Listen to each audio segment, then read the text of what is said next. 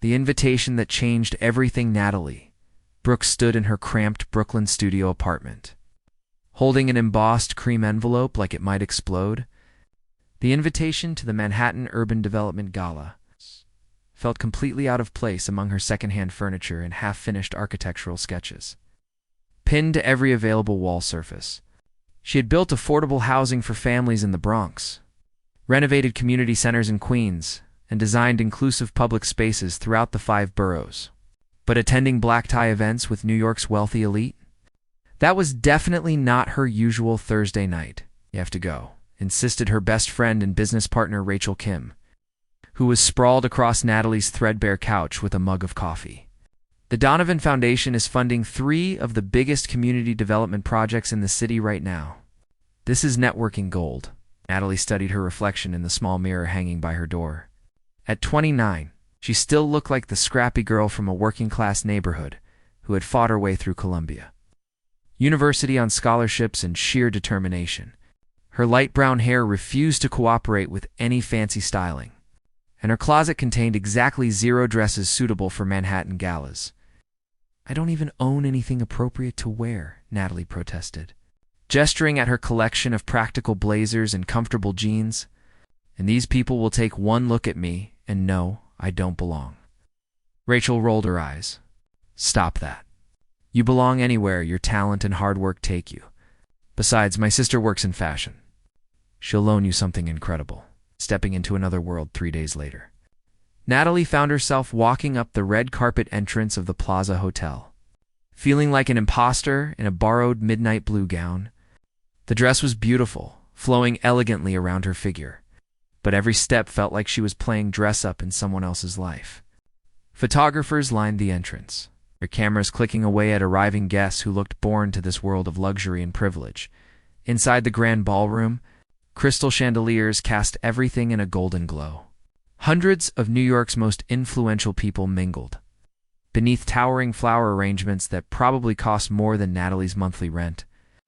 She accepted a glass of champagne from a passing waiter and tried to look like she attended events like this every week. "First time at one of these?" a warm voice asked from beside her. Natalie turned to find an older woman with kind eyes and perfectly styled silver hair. "Is it that obvious?" The woman laughed, only to someone who remembers her own first gala 20 years ago. "I'm Patricia Huang. I run the Northeast Housing Coalition." Natalie Brooks. "I do community architecture in Brooklyn and the Bronx." Natalie relaxed slightly, finding common ground. "I actually used your coalition's research in my last project proposal." They fell into easy conversation about affordable housing challenges and innovative design solutions.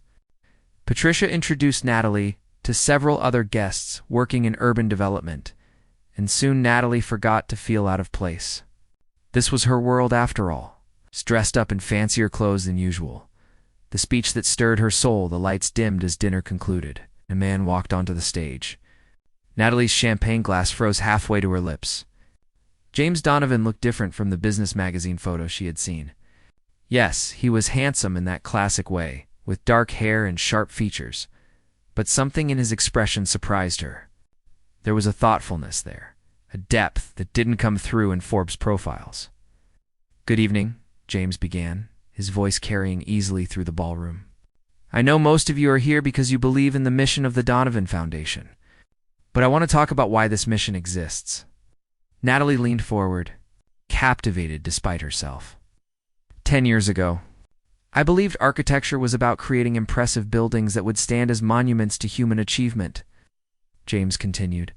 "Then I attended a lecture at Columbia University that completely changed my perspective. A student presented her thesis on inclusive urban design, arguing that every space we create either dignifies or marginalizes the people who inhabit it. She said that architecture isn't about buildings at all. It's about people." Natalie's heart began to race. Those words?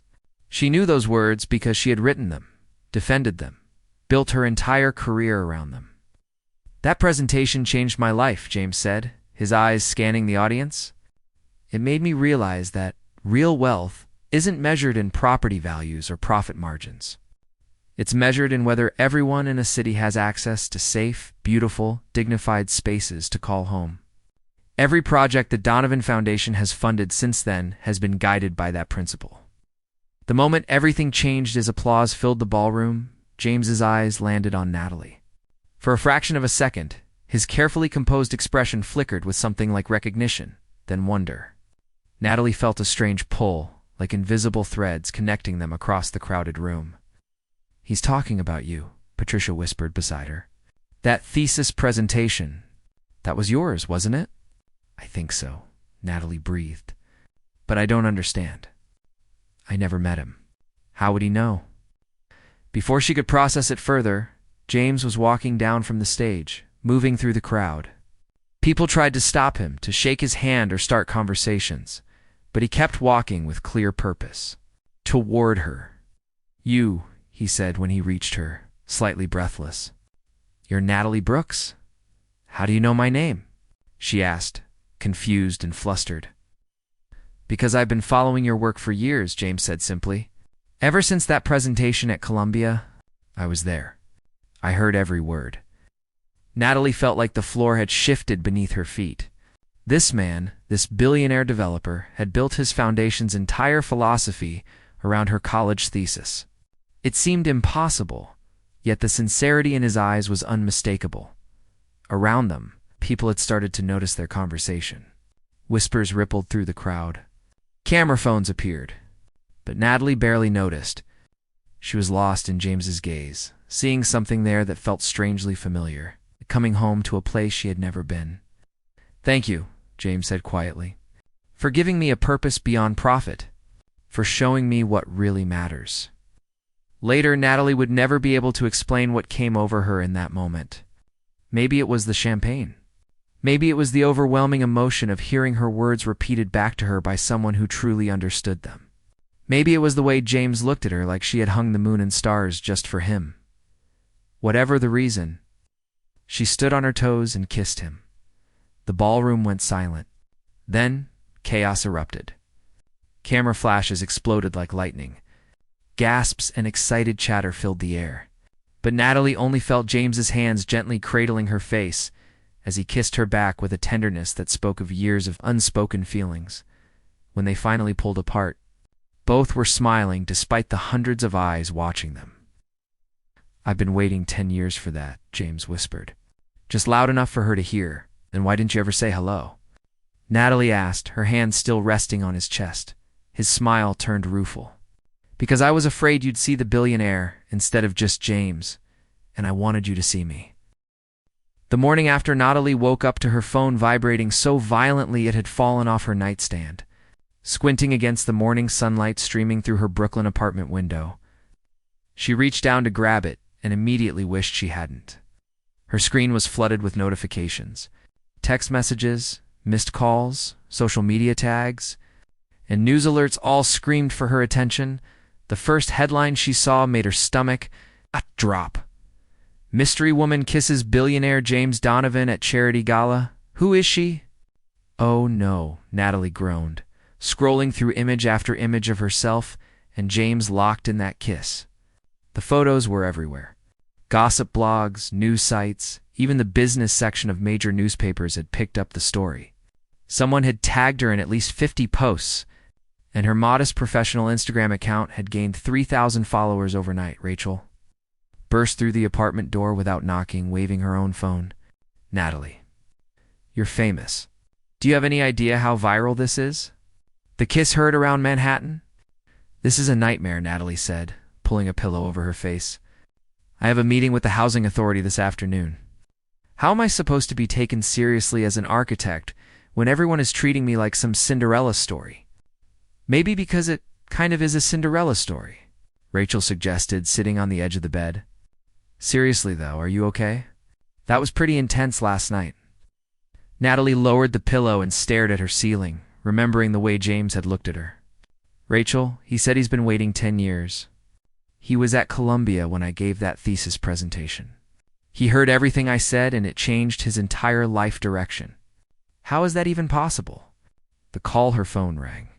The name on the screen made her heart skip. James Donovan. Natalie answered cautiously. Hello? Natalie, I'm so sorry about all of this. James's voice was warm but concerned. My publicist is working to calm things down, but I wanted to check on you first. Are you okay? I'm managing, she said, sitting up and wrapping her blanket around herself. Though I might need to change my name and move to another city. James laughed softly. Please don't. I just found you again after all these years. Can we talk in person? I know a quiet place where we won't be bothered by cameras. Something in his voice made it impossible to say no. Where? Do you remember the Columbia campus library? 3rd floor, back corner by the architecture section. Natalie's breath caught. That had been her favorite study spot. I'll be there in an hour. The library meeting, the Columbia University Library, felt like stepping back in time. Natalie climbed to the 3rd floor, her footsteps echoing in the quiet space. Students hunched over laptops and books, oblivious to the woman who had become an internet sensation overnight. In the back corner, exactly where he said he would be, James sat at a table with 2 cups of coffee. He had traded his tuxedo for jeans and a simple sweater. Without the formal wear, he looked younger, more approachable. More like the college student he once was. Remembered my coffee order? Natalie said, surprised as she picked up the cup. Vanilla latte with an extra shot. I remember everything about you, James admitted. Is that creepy? That probably sounds creepy. Natalie sat down across from him. It's definitely unusual. James, I need you to help me understand. We were at the same school, took some of the same classes apparently, and you never introduced yourself. Why? James ran his hand through his hair, looking uncomfortable. Because of this, he gestured vaguely at himself. The name? The reputation. My grandfather built Donovan Properties into an empire. By the time I got to Columbia, everyone knew who I was. Girls wanted to date me for my money. Geith wanted to be my friend for connections. Nobody saw just James, but I would have, Natalie protested. Would you? James asked gently. Really? Or would you have seen the heir to a real estate fortune and assumed I didn't care about community housing and inclusive design? Natalie opened her mouth to argue, then closed it. He had a point. Back then, she had been passionate and idealistic, quick to judge anyone from a wealthy background as part of the problem rather than the solution. The confession? Tell me about that day, Natalie said softly. The presentation. James leaned back, his eyes distant with memory. It was a Thursday afternoon in April. The room was packed because Professor Williams had made attendance mandatory. I was sitting near the back, honestly not expecting much. Then you walked to the front, and you were nervous. I could tell, because you kept tucking your hair behind your ear. Natalie touched her ear self-consciously. She still did that when she was anxious. You started talking about a housing project in the Bronx that had failed because the architects never consulted the people who would actually live there. You said that beautiful design means nothing if it doesn't serve the community. That every choice we make as architects either tells people they matter or that they don't. James's voice grew more passionate. You showed before and after photos of public spaces, demonstrating how thoughtful design could transform not just neighborhoods but lives. Can't believe you'll remember all that, Natalie whispered. I wrote down almost everything you said, James admitted. I still have that notebook. After class, I followed your work. Every project you did, every article you published about inclusive urban planning. When I took over the Donovan Foundation 5 years ago, your thesis became our mission statement. We fund the kinds of projects you believe in because you taught me that this is what real architecture should be. Natalie felt tears forming. James, I had no idea. All these years I've been struggling to get funding for my projects, writing proposals that get rejected because they're not profitable enough, and you've been out there making it happen. I'm sorry I didn't reach out sooner, James said, reaching across the table to take her hand. I told myself I was respecting your space, letting you build your career without interference. But the truth is, I was scared. Scared that you'd reject me or think I was just another rich guy trying to buy his way into your life. Walking through memory, they left the library together. Walking through the Columbia campus, as afternoon light filtered through spring leaves, students rushed past them, absorbed in their own dramas and deadlines, not recognizing the couple whose kiss had broken the internet. "There," James said, pointing to a bench near the main quad. "That's where I sat and watched you argue with Professor Williams about the ethics of gentrification." "I was so angry that day," Natalie laughed. "He kept insisting that market forces were neutral, and I kept saying that market forces were created by people and therefore reflected their values." "You won the argument," James said. He actually changed his lecture notes after that discussion. I checked. They walked past the architecture building, and Natalie felt a wave of nostalgia. "I spent so many nights in that studio, building models and dreaming about changing the world." "You did change the world," James said seriously. "You changed mine, at least." Natalie stopped walking and turned to face him. "Why now? Why the hotel project? Why invite me to the gala? You could have gone on admiring from a distance forever." James took both her hands. "Because I'm 34 years old, and I've spent the last decade building a life based on principles you taught me. But I've been alone in it. When I saw your firm's proposal for the hotel renovation, I realized I didn't want to admire you from a distance anymore. I wanted to know you, the real you, not just the architect whose work I've been following." The complication at Tally's phone buzzed insistently. She glanced at it and sighed. "It's my business partner. Apparently, we've had 6 new clients call today, all wanting to work with the woman who kissed James Donovan. Is that a bad thing?" James asked. "I don't know," Natalie said honestly. "Part of me is thrilled because we desperately need clients. But another part feels like I'm being hired for entertainment value, not architectural skill." They found another bench and sat down. James kept his hand in hers, his thumb tracing gentle circles on her palm. "Natalie, I need to be honest about something," James said carefully. "My life isn't simple. There are board meetings and media obligations and family expectations. My mother has already called twice this morning wanting to know who you are and whether this is serious. My publicist has prepared 3 different press statements depending on how we want to proceed. Dating me comes with complications." "Are we dating?" Natalie asked. "We've had 1 kiss and 1 coffee." James smiled. "I'd like to be, if you're willing to deal with the complications." Natalie thought about her small apartment, her struggling firm, her simple life that had suddenly been turned upside down. Then she thought about the way James looked at her, like she was the most important person in the world. "I'm willing to try," she said. "But I need you to understand something too. I'm not going to change who I am. I'm not going to start shopping at designer stores or pretending to care about society gossip. If we do this, you get the real me." "That's all I've ever wanted," James said, and kissed her again. This time, there were no cameras, no gasping crowds.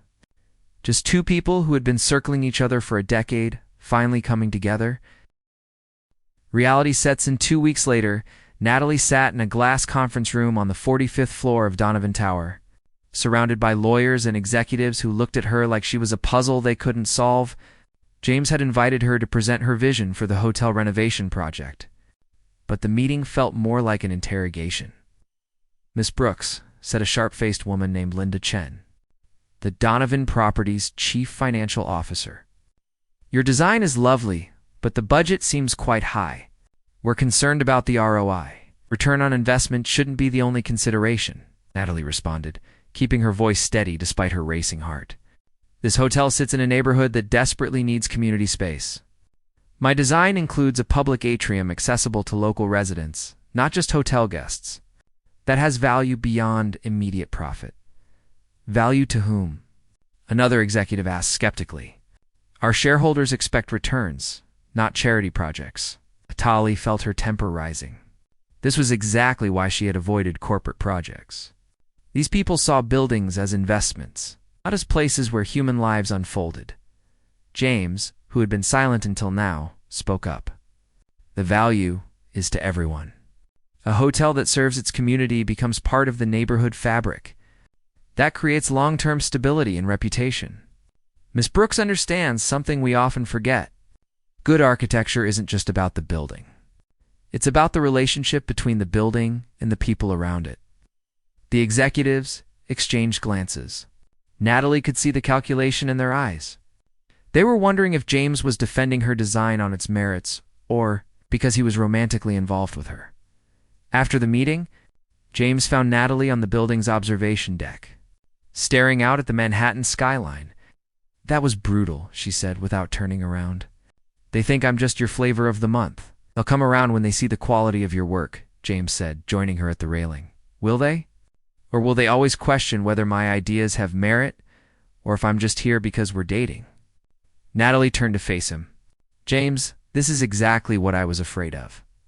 I've spent my entire career being taken seriously as an architect. Now I'm the girl who kissed a billionaire. You're so much more than that," James protested. "I know I am. But does the rest of the world know that?" The breaking point: the situation reached a crisis point 3 days later when Natalie received an email from her most important client, the Bronx Community Housing Coalition. They were canceling her contract for their new project. Rachel found her staring at her laptop screen, tears streaming down her face. "They said my recent media attention makes me too controversial," Natalie said, her voice hollow. "Too controversial to design affordable housing. Do you know how insane that is?" "This is about James," Rachel said, reading over her shoulder. "They think you've sold out to the wealthy elite." "I haven't sold out to anyone," Natalie shouted, then immediately felt guilty. Her neighbors in the apartment below were probably listening. "I'm the same person I was a month ago. I'm working on the same kinds of projects. But because I kissed someone at a gala, suddenly I'm not authentic enough?" Her phone rang. James. She considered not answering, but Rachel gave her a pointed look. "Hey," James said warmly. "I was thinking we could have dinner tonight. There's this amazing little place in Brooklyn that supposedly has the best dim sum outside of Chinatown." "I can't," Natalie said, her voice tight. "I just lost a major client because of us. Because people think I'm more interested in dating a billionaire than doing my actual job." There was a long pause. "Natalie, I'm sorry. I never wanted to hurt your career. I know you didn't. But that doesn't change what's happening." Natalie took a deep breath. "Maybe we moved too fast. Maybe we need to take a step back and think about this more carefully." "You're breaking up with me," James said quietly. "I'm saying we need space to figure out if this can actually work," Natalie corrected. "Even though it felt like a lie, your world and my world are too different. James, every time they intersect, mine gets smaller." After she hung up, Natalie let herself cry while Rachel held her. The grand gesture for 5 days. Natalie heard nothing from James. She threw herself into work, reaching out to old contacts and pitching new projects. She tried not to check social media, where speculation about their relationship status was rampant. She definitely didn't allow herself to think about how much she missed him. Then Rachel burst into the office, laptop in hand. "You need to see this. Right now." On the screen was a live stream from a press conference at Donovan Tower. James stood at a podium, surrounded by reporters. "I've called this press conference," James was saying, "to make an announcement about the future direction of Donovan Properties. Effective immediately, we're launching a new initiative called the Community Architecture Partnership. We're committing $500 million over the next 10 years to fund inclusive urban development projects across New York City." Natalie's hand flew to her mouth. "This program will be directed by someone whose vision and integrity have inspired me for over a decade. Someone who has never compromised her principles, even when it would have been easier or more profitable to do so. I'm hoping she'll accept this position, though I haven't actually asked her yet." The reporters laughed. Someone called out, "Are you talking about Natalie Brooks?" "I am," James said without hesitation. "And before anyone suggests that this is some kind of romantic gesture, let me be clear. I'm offering Natalie this position because she's the most qualified person I know. Her track record speaks for itself. I'm offering it publicly because I want everyone to understand that her expertise and her ethics are what matter, not who she kisses at charity galas." He paused, looking directly into the camera. "Natalie, if you're watching this, I know you value your independence. This isn't about us. It's about giving you the resources to do what you've always wanted to do on a scale you've never had access to. You would have complete creative control. I would simply be the person signing the checks." "And if she accepts?" a reporter asked. Will you two continue dating? James smiled. That's entirely up to her. I'd like that very much. But my feelings for Natalie don't change the fact that she's brilliant at what she does. The world needs to see that too, the decision. An hour later, Natalie walked into James's office without an appointment. His assistant tried to stop her, and Natalie simply kept walking until she reached his door. James looked up from his desk, surprised. His tie was loosened, and he looked exhausted. That was quite a press conference, Natalie said, closing the door behind her. I meant every word, James replied, standing up. Natalie, I've been thinking about what you said. About your world getting smaller when it intersects with mine. I don't want that. I've never wanted that. $500 million is not taking a step back, Natalie pointed out. No. It's me putting my money where my mouth is. Literally. James walked around his desk but didn't approach her, giving her space. You taught me that architecture should serve communities. Let me give you the resources to prove that on a massive scale. In us. Natalie asked quietly. I love you, James said simply. I've loved you since I was 24 years old, sitting in a lecture hall, listening to you talk about dignity and design. But I understand if that's not enough. I understand if you need to take this job and not be with me romantically. I'll accept that because your work matters more than my feelings. Natalie felt fresh tears forming. You really mean that? I do. Though I really hope you choose both the job and me, because these have been the worst 5 days of my life. Natalie crossed the room and took his hands. I lost that housing contract because I was scared of what people thought.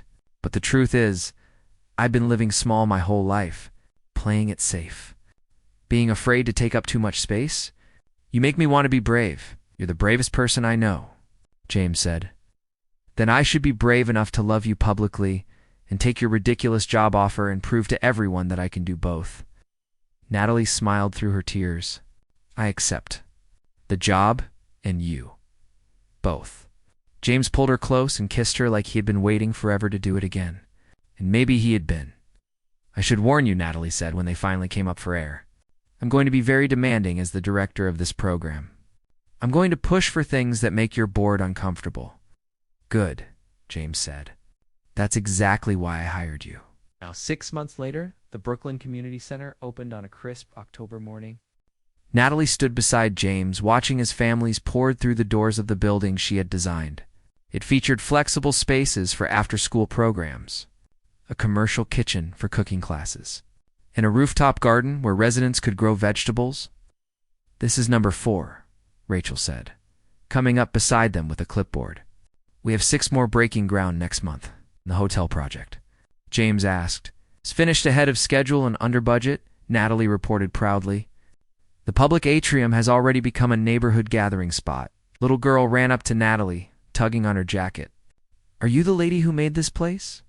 Natalie knelt down to the girl's level. I helped design it. Do you like it? I love it. My mom says we can take art classes here every Saturday.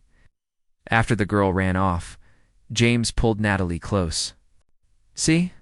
This is what happens when talent meets resources. You're changing lives. We're changing lives, Natalie corrected. This is a partnership. In work and in life, James agreed, kissing the top of her head. Natalie looked around at the community center, at the families exploring their new space, at the building that represented everything she believed architecture should be. Her world hadn't gotten smaller when it intersected with James's. Instead, both their worlds had expanded, creating something neither could have built alone.